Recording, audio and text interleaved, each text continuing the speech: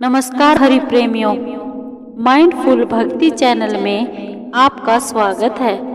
हरि प्रेमियों, कैसे हैं आप? उम्मीद है आप सब अच्छे होंगे। आइए आज का प्रसंग शुरू करते हैं। भाद्रपद शुक्ला पद्मा परिवर्तनी एकादशी की व्रत कथा। हरि प्रेमियों, वीडियो को अंत तक जरूर देखना। अगर आप चैनल पर नए हैं तो प्लीज़ सब्सक्राइब करें और बेल आइकॉन जरूर दबाएं ताकि आप तक हमारे सारे नोटिफिकेशन पहुंचते रहे। प्रभु प्रेमियों, आइए जानते हैं भाद्रपद शुक्ला पद्मा परिवर्तनी एकादशी की कथा। युधिष्ठिर कहने लगे, हे भगवान, भाद्रपद शुक्ल एकादशी का नाम क्या है? इसकी विधि तथा इसका महात्म्य कृपा करके कहिए। तब भगवान श्री कृष्ण कहने लगे कि इस पुण्य स्वर्ग और मोक्ष को देने वाली तथा सब पापों का नाश करने वाली उत्तम वामन एकादशी का महात्म्य मैं तुमसे कहता हूँ, तुम ध्यान पूर्वक सुनो। यह पद्मा परिवर्तनी एकादशी जयंती एकादशी भी कहलाती है। इसका यज्ञ करने से वाजपेय यज्ञ का फल मिलता है। पापियों के पाप नाश करने के लिए इससे बढ़कर कोई उपाय नहीं। जो मनुष्य इस एकादशी के दिन मेरी वामन रूप में पूजा करता है उसको तीनों लोग पूज्य होते हैं। अतः मोक्ष की इच्छा करने वाले मनुष्य इस व्रत को अवश्य करें। जो कमल नयन भगवान का कमल से पूजन करते हैं वे अवश्य भगवान के समीप जाते हैं। जिसने भाद्रपद शुक्ल एकादशी को व्रत और पूजन किया उसने ब्रह्मा विष्णु सहित तीनों लोकों का पूजन किया है। अतः हरिवासर अर्थात एकादशी का व्रत अवश्य करना चाहिए।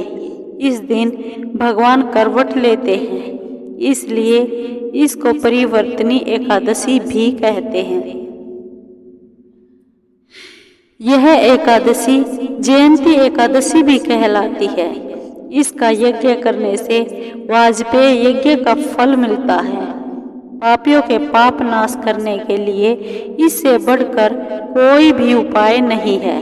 जो मनुष्य इस एकादशी के दिन मेरी वामन रूप में पूजा करता है उसे तीनों लोग पूज्य होते हैं। भगवान के वचन सुनकर युधिष्ठिर बोले कि भगवान, मुझे अति संदेह हो रहा है कि आप किस प्रकार सोते और करवट लेते हैं तथा किस तरह राजा बलि को बांधा और वामन रूप रखकर क्या क्या लीलाएं की। चातुर्मास के व्रत की क्या विधि है तथा आपके शयन करने पर मनुष्य का क्या कर्तव्य है, सो आप मुझसे विस्तार से बताइए। श्री कृष्ण कहने लगे कि हे राजन, अब आप सब पापों को नष्ट करने वाली कथा का श्रवण करें। त्रेता युग में बलि नामक एक दैत्य था। वह मेरा परम भक्त था। विविध प्रकार के वेद सूक्तों से मेरा पूजन किया करता था और नित्य ही ब्राह्मणों का पूजन तथा यज्ञ के आयोजन करता था। लेकिन इंद्र से द्वेष के कारण उसने इंद्रलोक तथा सभी देवताओं को जीत लिया।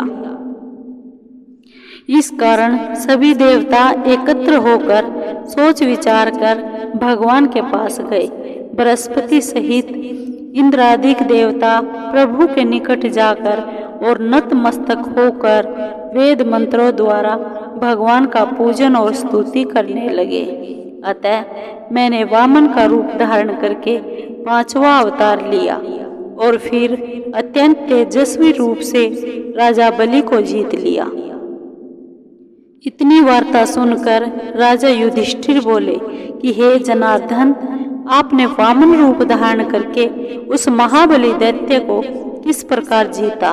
श्री कृष्ण कहने लगे, मैंने वामन रूपधारी ब्रह्मचारी बलि से 3 पग भूमि की याचना करते हुए कहा, ये मुझको 3 लोक के समान है, और हे राजन, यह तुमको अवश्य ही देनी होगी।